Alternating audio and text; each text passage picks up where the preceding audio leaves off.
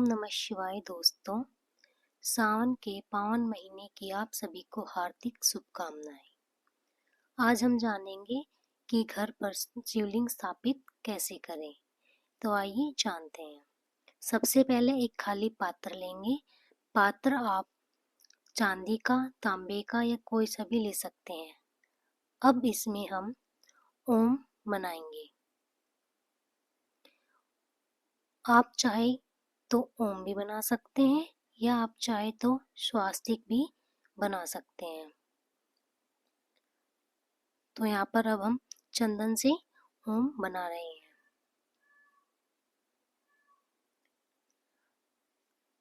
अब यहाँ पर एक बेलपत्र रखेंगे। चलिए अब बेलपत्र रखते हैं। अब यहाँ पर हम शिवलिंग को रखेंगे।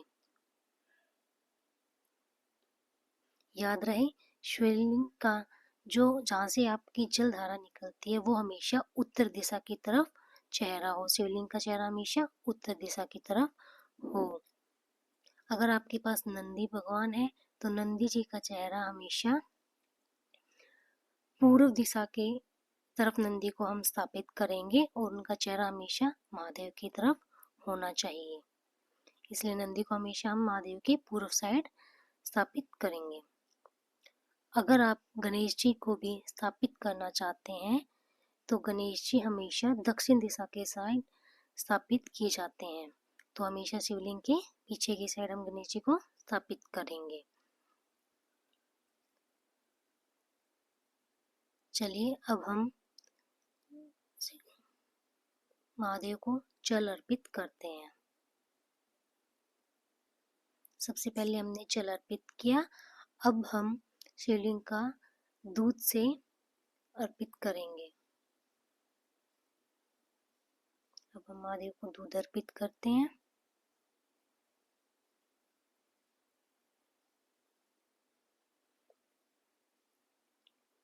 अब हम फिर से जल अर्पित करेंगे।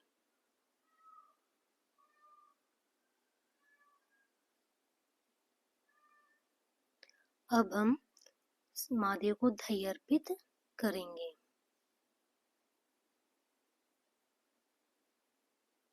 अब दही अर्पित करने के बाद हम फिर से जल अर्पित करेंगे। अब हम शहद अर्पित करेंगे।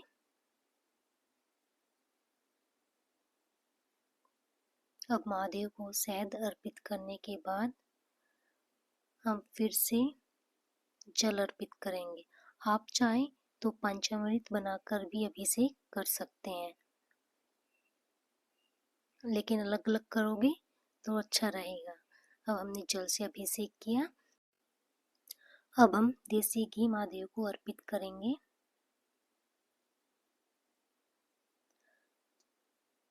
अब फिर से जल अर्पित करेंगे।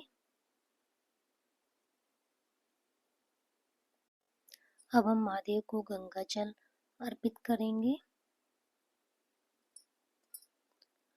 अब जो थाली में पानी एकत्रित हुआ है इसे हम किसी पौधे में जाकर डाल देंगे, लेकिन ध्यान रहे पौधा तुलसी का नहीं होना चाहिए।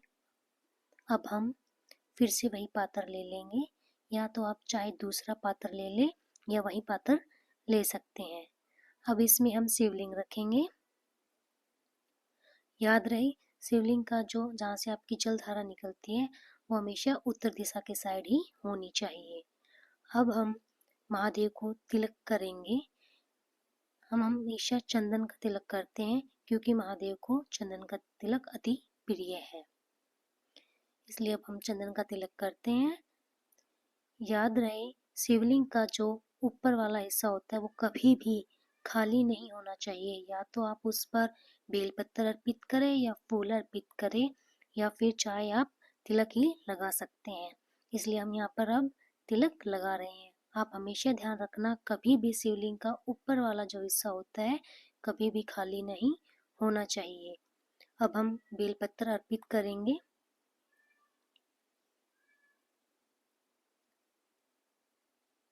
अब हम बेलपत्र के बाद फूल अर्पित करेंगे। अब हम वस्त्र के रूप में महादेव को कलावा अर्पित करेंगे।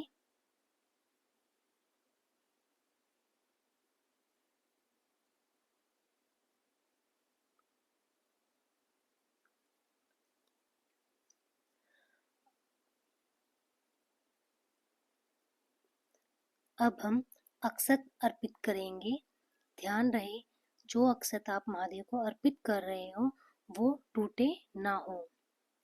अब हम शक्कर अर्पित करेंगे। अब अगर आपके पास कोई फल है तो आप फल भी अर्पित कर सकते हैं। मेरे पास यहाँ पर फल था तो मैंने फल को अर्पित किया। अगर आपके पास घर पर काले तिल है तो आप महादेव को काले तिल भी अर्पित कर सकते हैं, क्योंकि महादेव को काले तिल अर्पित करना बहुत शुभ माना जाता है। अब हम महादेव की आरती करेंगे।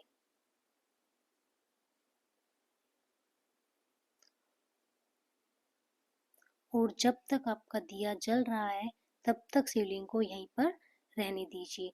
उसके बाद आप शिवलिंग को अपने घर पर कहीं पर भी स्थापित करना चाहते हो कर सकते हैं।